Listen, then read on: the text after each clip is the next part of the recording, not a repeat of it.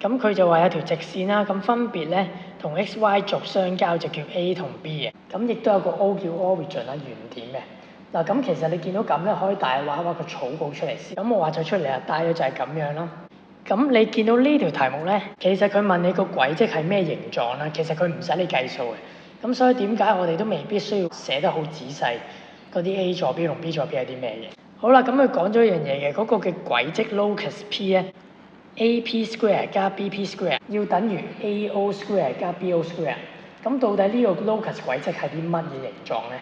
咁第一樣嘢咧要先同大家講嘅，我哋學嘅 locus 入邊咧，其實就冇多邊形嘅形狀嘅。咁所以你見到三角形啊、正方形啊，甚至乎再誇張啲五邊形呢啲，其實就一定冇可能係答案嘅。咁可以交叉佢先啦。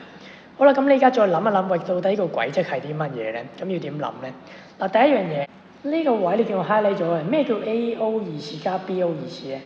嗱，其實你可以睇翻幅圖，以 AO 二次加 BO 二次，咪就係一個直角三角形嘅打橫打直咯。哦，咁如果將佢二次方加埋，其實會等於咩？其實會等於 AB 嘅二次。咁即係話呢一嚿嘢咧，其實就會等於一個斜邊嘅二次方嘅長度嚟嘅。好啦，咁依家大家要諗一諗啦，我依家整一個新嘅坐標叫 P 啊。大家諗下，到底我點樣整到咧，先至會導致到 AP 二次加 BP 二次會等於翻呢條斜邊 AB 二次咧？咁我答案就係、喂，其實我哋畫一個直角三角形出嚟咪得咯。咁當然喺其他地方，例如你話喂，我呢度加個直角，咁我 AP 二次加 BP 二次會等於翻呢條斜邊 A 波二次咯。好啦，咁我哋試下再畫多啲例子咯。例如我又喺呢度畫個直角，咁你而家 AP 二次加 BP 二次，咪又等於呢條 A 波二次咯。嗱，咁如果你不斷畫唔同嘅直角三角形，一個新嘅 P， 咁你試下諗下將呢啲點連成佢，咁呢個係個咩形狀嚟嘅咧？其實就係一個圓形 circle 嚟嘅。所以其實個答案咧就係 D 啦。咁呢條就話有 A 波兩粒坐標啦，咁俾咗你嘅。咁我依家就有 D 嘅 moving point 啦，都係一個動點啦。咁呢個軌跡咧就會令到三角形 APB 嗰個嘅面積 area 維持10。咁到底 P 呢個 locus 嘅軌跡係啲咩咧？咁啱啱講過咧，其實就冇可能三角形啦。咁 D 可以交叉佢先啦。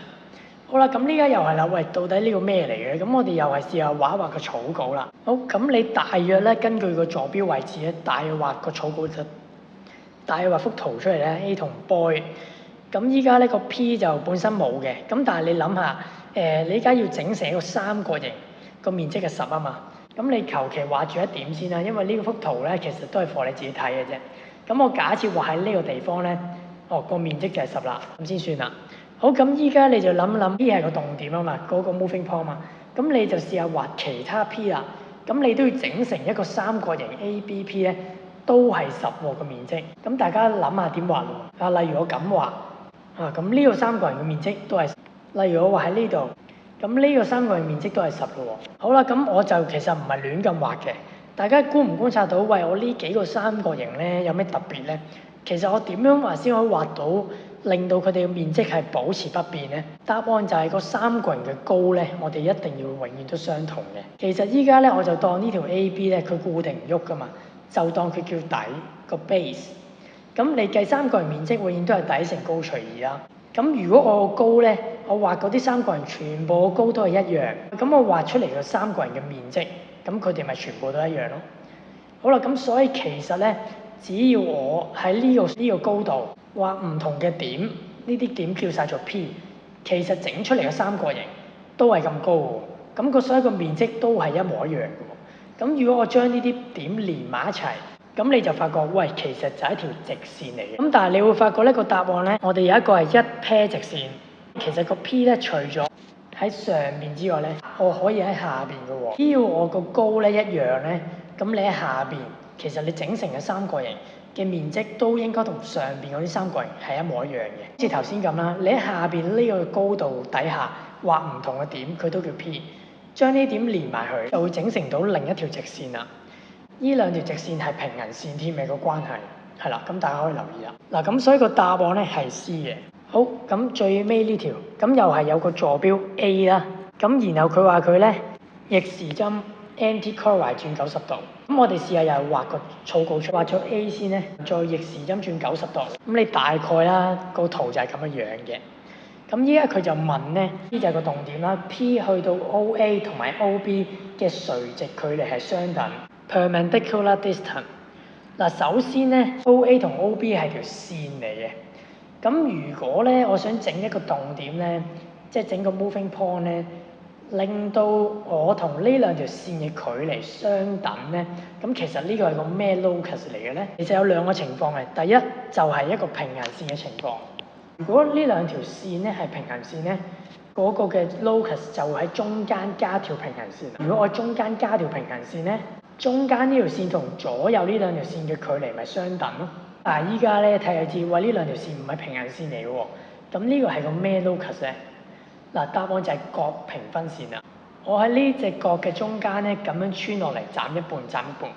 咁喺呢條角平分線咧，每一粒點都同 OA 同 OB 咧呢兩條線咧，其實個距離係相同嘅。你發覺嗰兩條線唔係平行線，咁嗰個軌跡 locus 就係一個角平分線 angle bisector。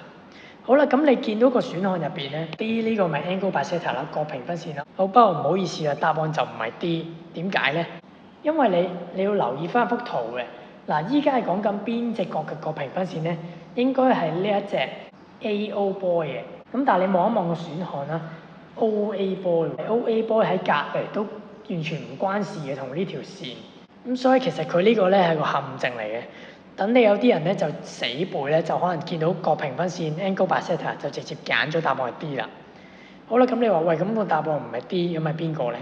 嗱，呢題第二個關鍵咧就係其實 OA 同 OB 咧呢兩條線係相同距離嘅。咁所以咧，其實 AOB 呢個三角形係一個等腰三角形。如果我等腰三角形呢度整一個角平分線咧，咁其實即係中間度插入嚟喎。呢條線仲有另一個身份嘅，其實就係 A boy 嘅垂直平分線啦。大家記住，如果喺一個等腰三角形嘅情況底下咧，其實甚至乎係一條垂直平分線嘅。咁當然係 AB 呢條嘅垂直平分線啦。咁所以答案咧，你會發覺有呢個選項嘅，就係 A 啦 ，perpendicular bisector of AB。